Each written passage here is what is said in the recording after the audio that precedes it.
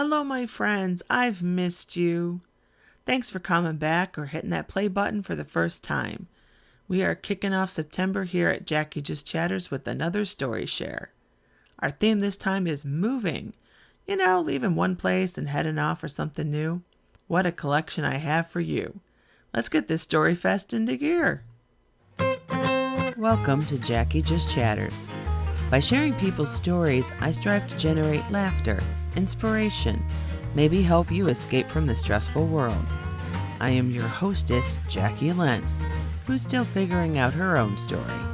This podcast comes out every other Thursday. I can be found wherever you get your podcast or on YouTube. I'd be most grateful if you left me some stars or a review, and subscribe if you never want to miss an episode. Thank you for listening and sharing. Welcome back. I hope all of you had a restful or restorative summer. I sure did. Maybe you moved this summer, or somebody you know roped you into their moving. The process is often an emotional tornado. It can be a good or bad change, or both, which is the case in our first story. This one comes from Carolyn Crocker, PhD, a woman of many talents. With a training in microbiology and immunology, she worked in medical research, then taught college, led a nonprofit, and was a CEO. Now her life is full of gardening, her grandchildren, and writing books on various topics. I will have links to several of her books, including her latest, Brave Face, the inspiring World War II memoir of a Dutch-German child, and her blog. Here is her physical and emotional moving story. The worst and the best. I'm an immigrant who was born to an immigrant who was born to an immigrant, and on for generations. You'd think that moving would be in my genes. I've had plenty of practice in moving. As an adult, I've lived in Urbandale, Iowa, Coventry, Oxford, and Birmingham, England, Council Bluffs, Iowa, Fairfax, Virginia, Newport Beach and Costa Mesa, California, South Lake, Texas, and Fairfax, Virginia, again. I still say moving is hard. So hard. You think you'll keep up with old friends, but eventually you just can't. You think you'll make new friends, but it's difficult. You think you've figured out how to make packing and unpacking easy. But all moves are not created equal. One of mine stands out in my mind as different. It was the worst and the best of them all. It started in California, on the very day that we returned from a 3-month sabbatical. My husband suddenly found himself without a job. Since the startup company where I was the co-founder and CEO was not profitable yet, we found ourselves overnight facing the terrifying prospect of having no income. And because we were living in a rental, the sooner we moved, the better. We had no choice. We had a huge garage sale, put the rest of our possessions in storage, said goodbye to our friends and my carefully cultivated garden, and moved in with my parents in South Lake. Yep, at nearly 60 years old, I was moving back in with Mom and Dad. They were more than willing, partially because Mom needed help with Dad, who'd been unwell for almost a year. Over the next months, my husband applied for one job after another. All he got was part-time tutoring, which just about covered the cost of our food. I was busy helping Mom take care of my ailing dad, so I couldn't apply for anything. My parents found our bulldog one stressor too many, so we housed the dog with a kind friend. And with not enough income to repair our very elderly cars, we soon had to scrap one and leave the other to rust. Loss upon loss. We arrived in Texas just in time to celebrate my parents' 60th wedding anniversary. But things went downhill from there. All too soon, I noticed Dad was beginning to turn yellow. That, along with Dad's recent onset of diabetes, decreased appetite, and abysmal energy levels led me to suspect he had pancreatic cancer. The physician insisted the test did not show cancer. The surgeon said he could operate to remove the blockage of Dad's bile duct in a few months. I didn't find this acceptable. I knew he wouldn't survive that long, so I phoned one doctor after another. Surgery happened 2 days later, and my suspicions were confirmed. Dad had inoperable pancreatic cancer. The subsequent swelling of his abdomen told me there was also no point in subjecting him to chemo. My beloved Dad passed only a couple of months later. Obviously, a huge loss. So why was this move, with all its accompanying loss, the best? Because I was there. I was there. Every day, I was privileged to take my dad's blood pressure, administer his medications, and sit with my hand on his arm. Every day, I could enjoy helping to host family members and friends who came from far and wide to spend time with the man who'd made their lives so much better. Every day, I saw Mom bend down and whisper love into Dad's ear. I'll never forget that beautiful sight. During the last 2 weeks of his life, I got to take turns with my siblings in sitting or lying beside him throughout the nights, caring for his every need. Just 3 days before the end, I saw Dad smile and heard him thank his family for lovingly caring for him. I got to feel his hand as he stroked my cheek just before losing consciousness. I would not have traded this awesome experience for all the houses, cars, jobs, and dogs in the world. A few days before Dad's memorial service, my husband and I found part-time jobs working together for an international nonprofit. Soon afterwards, we picked up our dog, had our remaining car repaired, and moved to Fairfax, Virginia. Another move. We were to live only minutes from our 4 children and our wonderful grandchildren. Our season of loss was over. And best of all, I have no regrets. Dad and I said all that needed to be said. When he died, I was full of his love. What could be better than that?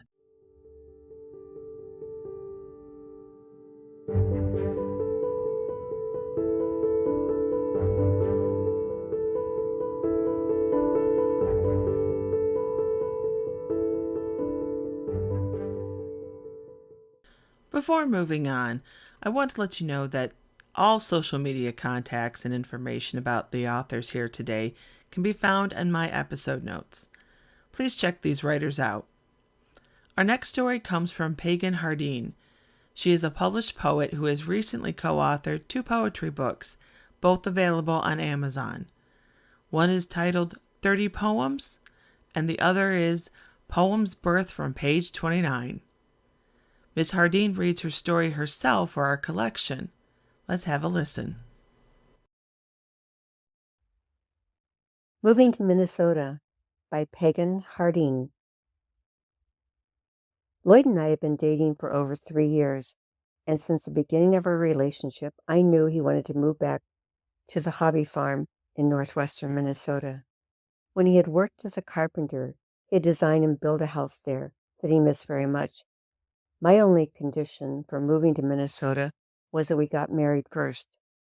Looking back, I'm not sure why that seemed important, but it was at the time, and so we got married 5 months before we moved from Dayton, Ohio, with a population of 900,000 people, to Hitterdall, Minnesota, a small town with a population of less than 210 residents.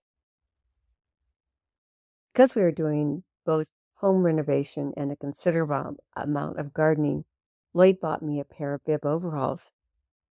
He told me, "You'll come to appreciate the roominess of the pant legs and how easy it is to bend down and pull weeds."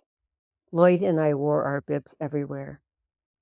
When we went for breakfast at the small cafe in town, all people wanted to do was talk about the weather and how we were in a drought, how the farmers would take a beating if the price of wheat continued to drop.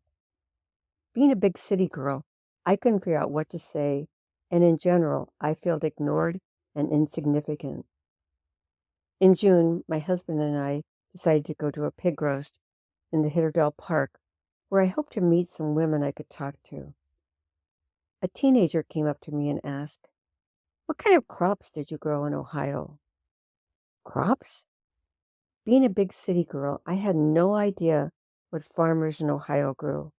When I said I didn't know, he just shook his head and walked away. At the same meal, the lady next to me leaned back, looked at me over, and said, "So what church do you go to?" Her question caught me off guard. I hadn't thought about church since I left my parents' house and went off to college.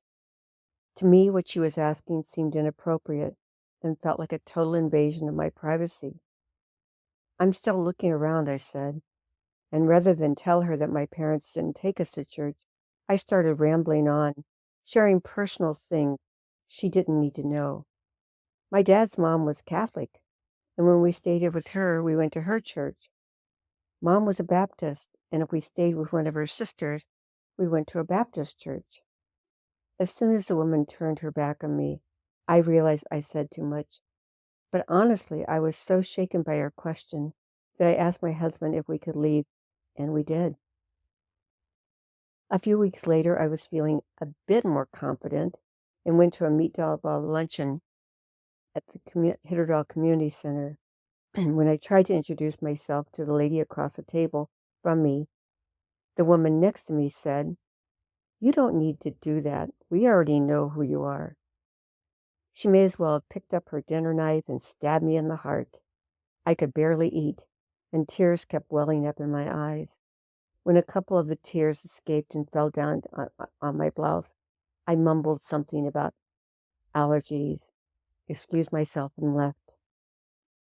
That luncheon laid me flat. With Lloyd out of town on another business trip, I didn't have anyone to turn to.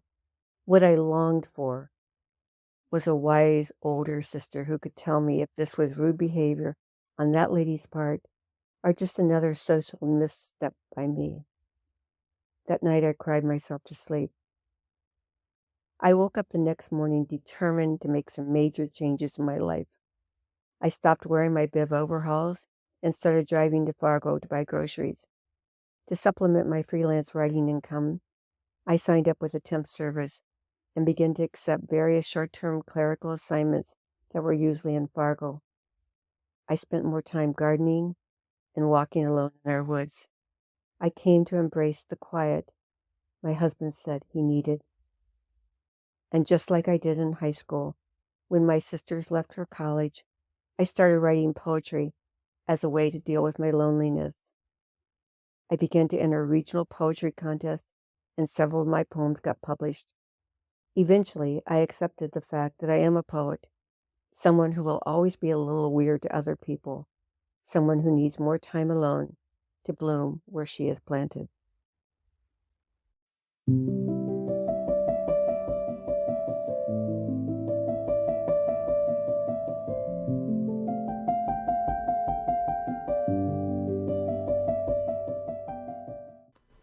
Have you already downsized your life? Or maybe you're just pondering about doing that one day, like myself. This story will certainly encourage you to spend a few minutes thinking about it, that's for sure. This comes from Terry Maue. After earning her doctorate in English and working as a professor for 18 years, she is now writing a mystery series. Her new novel, Knife Edge, a Z and Rico mystery, the first book in this series, has just been released. Let's listen as Terry reads her own work. Making it home. We sit across the table from the realtor and sign the contract. We are really going to do it. Sell nearly everything we own and head west to start a new life as retirees. An adventure, I tell myself, and I take comfort in believing it won't happen too quickly. A house sale takes time. It takes exactly 5 days. An offer, a counteroffer, an acceptance, and it's done. I hang up the phone and it's like someone has pulled the elastic on a slingshot back about 20 feet and let it go. I am shot from a cannon before I have time to take a breath. It's not long before I ask myself, what the heck was I thinking? I've always thought of myself as someone who loves a simple life. The possessions we've piled up around us have often felt like a weight. It'll be a relief, I say, to divest myself of these accretions. Relief doesn't come easy. I'm unprepared for how much it hurts as I dismantle what my husband and I have so carefully and lovingly built over decades together. I gift a friend with a carved amethyst raven, a teacher who kept me honest. I give away a beloved cabinet full of little drawers in which I've stored herbs and spices. I sell the carved nesting tables we bought in St. Augustine, on a street with bougainvillea spilling over the walls. I sell the front porch glider I sat in every morning, weather permitting, with my toast and coffee. With every departure, I lose a piece of my haven. Bit by bit, the chaotic world invades my space, physically, mentally, emotionally, psychologically. I keep up my meditation practice. It's blindingly clear that, as the Buddha said, suffering is caused by clinging, by attempting to hold on to what is passing. Trying to soften into the experience of hurting, I notice that whenever I project into the future, I experience spasms of pain, sorrow, fear. I want to be certain everything will work out, but I cannot know that. I feel the wall against which I bang my head, the barrier that bars my sight. I also notice that whenever I manage to stay in the present, the ache dissipates. As if to remind me that I want to disentangle myself, the universe serves up unexpected breakdowns. One afternoon, the air conditioning stops working. One morning, I come out of meditation and the alarm in the septic system is blaring. One evening, my husband checks the hot tub and gets an error code. Is all this just telling me to let go? Let go, let go. I don't want these burdens. At one point, I do a tarot reading, asking what qualities will most help me to achieve my goals over the next several weeks. I pull 2 Zen cards, both major arcana. One is change, the other is the rebel. Change. I have to laugh. The advice is to live in the still point at the center because at the edge of the wheel of change, things can get dizzying. Really? The rebel signifies authenticity, living according to one's own hard-won truths. I see it as reminding me that these difficult steps will bring my life into accord with what I want in retirement. I draw some strength from this. Finally, the house closes, the movers come, the last of the endless trips to Goodwill is taken. We leave the keys on the counter and drive away. I am crying. I am shaken. I am lost, cut loose from my moorings. I don't belong anywhere. How do truly homeless people live? It gets me thinking about the concept, the reality, the truth of home. Before we left Ohio, one of our friends asked whether we would sell a beautiful antique lamp in the shape of a heron. I declined, saying we loved it too much to let it go. Some things we just can't sell, I said, shaking my head. Our friend's wife remarked, "You have to keep the things that make home." Such wisdom in those words. What are the things that make home? I have always believed that they were not material, and yet I feel such a void right now without my things. I puzzle over this in the following days as we drive west. Why are things, which, after all, decay and disintegrate and in some fashion always go away, why are things important at all? My mind offers an answer. Things are representations.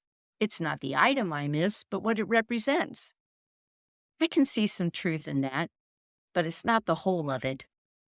Sitting in my smaller, sparsely furnished rented house a month later, it comes to me that things are vortices, active forces pulling in energetic strands of memory, hope, disappointment, joy, in the same way a spindle winds a thread.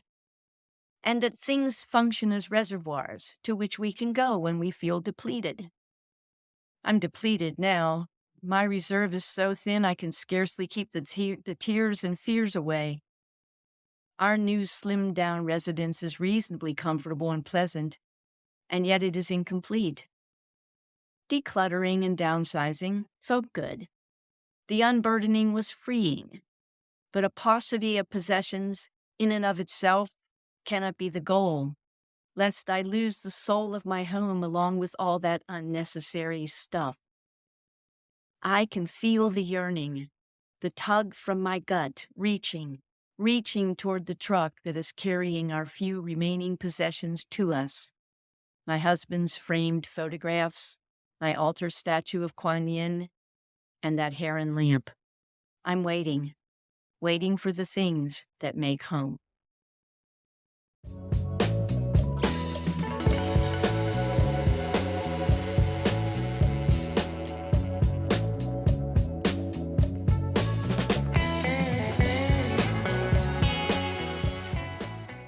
This gem reminded me of the hope and excitement that comes with just starting out. The world is huge and the possibilities endless. I wish I could have bottled that feeling.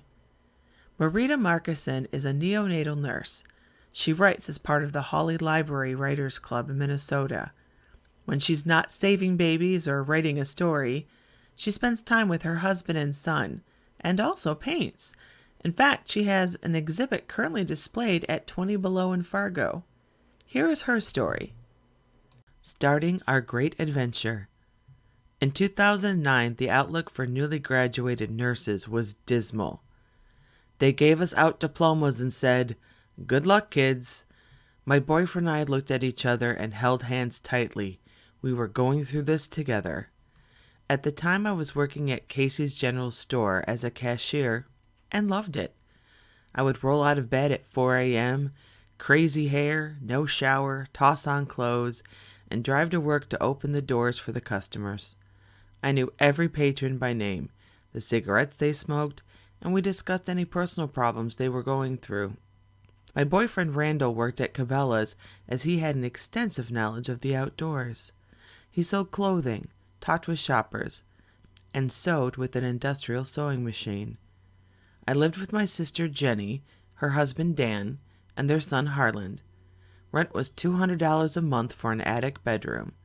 To make up for the small amount of rent, I also cleaned daily, washed all the laundry, and babysat my sweet 2-year-old nephew.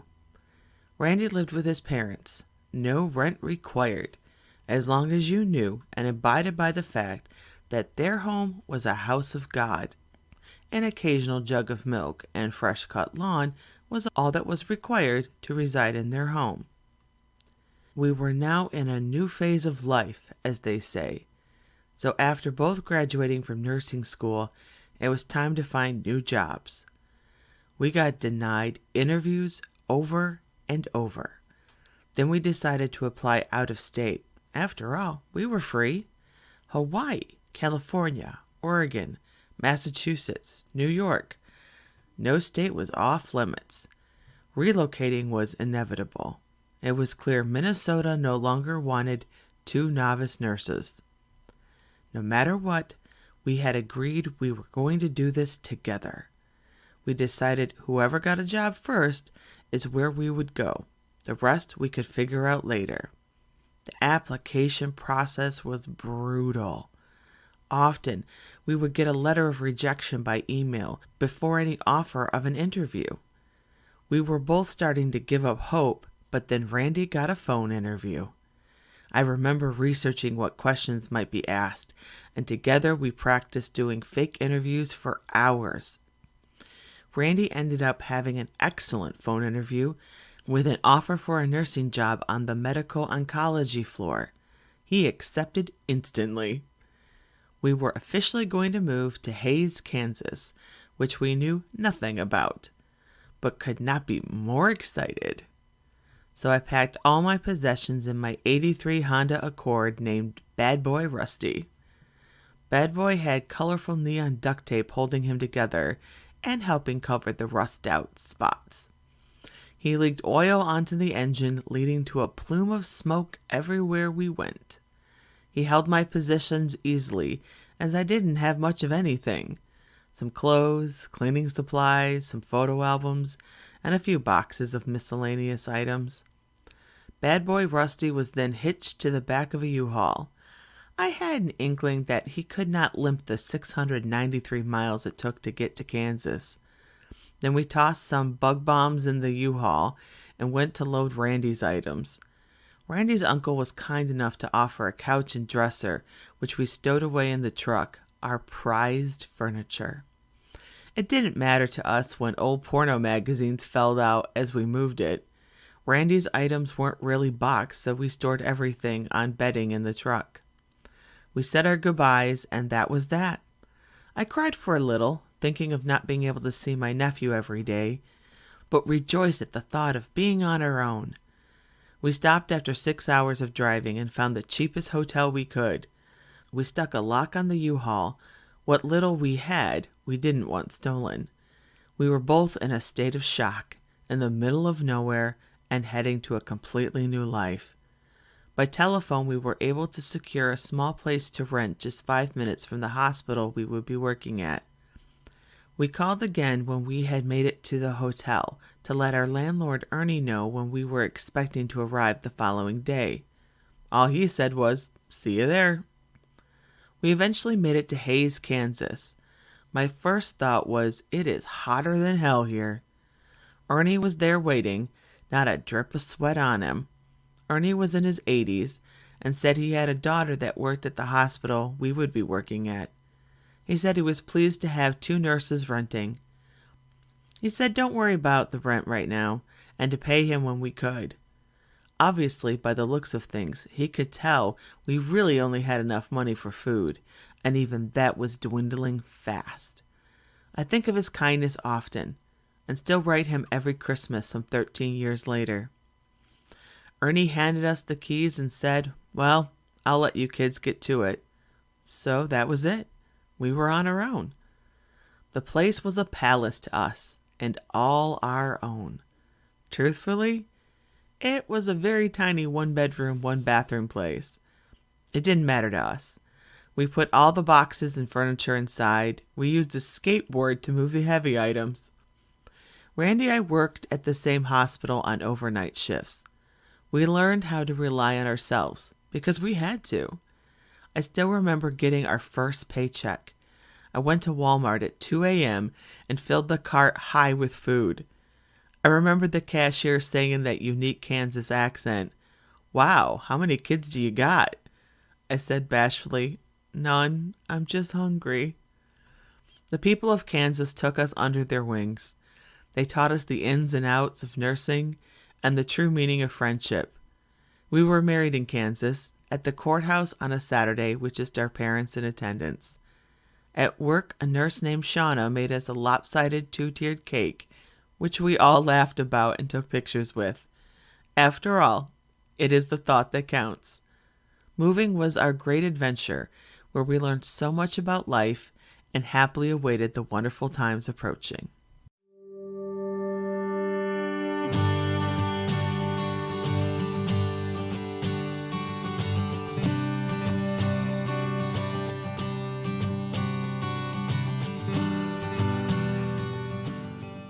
Our last story comes from Carol Duff. She is a veteran teacher, flautist, naturalist, and writer of creative nonfiction. She posts weekly to her long-standing blog, Notes from Vanaprastha. She has written for Brevity Blog, Mockingbird, Please See Me, Streetlight Magazine, The Perennial Gen, now The Sage Forum, for which she is a regular contributor, and other publications. She's a busy woman. A personal essay of hers was published in the Huffington Post this fall, and her book, Wisdom Builds Her House, releases in early 2024. Carol lives in Virginia's Blue Ridge Mountains with her husband, fellow writer K.A. Kenny, and 2 largely overly friendly dogs. Carol shares her story, This Is Home, herself.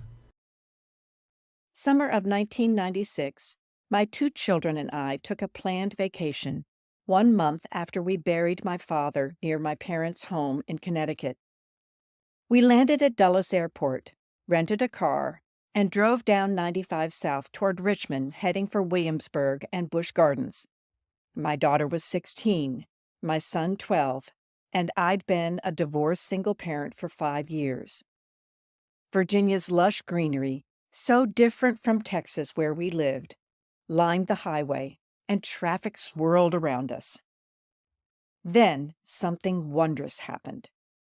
All sound and images faded except for the trees and sky. I smelled and heard their colors, hues of green and blue. Time and space seemed suspended. A gentle breeze from an unknown source caressed my face and raised the hair on my arms. I relaxed my hands on the steering wheel. An inaudible, deep voice boomed inside my head. This is home. This is home. Hearing that voice, the loudest I'd ever heard, I woke as if from a reverie. Who? What? How? The reality of 95 South returned. I told my children about the voice, what it said, and my astonishment. This is home? We live in Texas. We're on vacation. I don't remember my children having any reaction except maybe, "Oh, Mom." Compared to Busch Gardens' Loch Ness Monster and Big Bad Wolf roller coasters, the voice I heard and the time lapse I'd experienced probably didn't seem like a big deal. A few years later, I heard that voice again. I had invited a dear friend, a teaching colleague, to my house for a mini Thanksgiving dinner of roast chicken with all the trimmings. At the end of the evening, we walked to her car parked along the curb. I looked back at my Texas house. Again, all sound and imagery faded, except the front door of the house. I smelled the twilight and felt the gentle breeze. My body calmed and time suspended. Then I heard the deep, booming voice in my head. You will not be staying here. The voice startled me again. I told my friend, a believer. We both knew who it was. No question.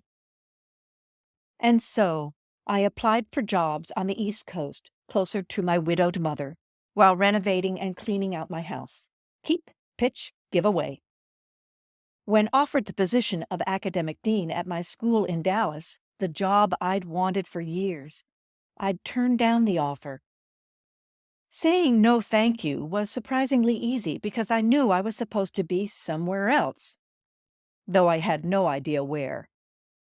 In due time, I would. The year my children graduated from college and high school, respectively, I accepted a job at a school in Maryland, sold our house in Texas, and moved to Baltimore. 8 months later, I met and fell in love with a man from Virginia. Then I knew for sure. After we married, we built a house and moved to Virginia's Blue Ridge Mountains. This is home.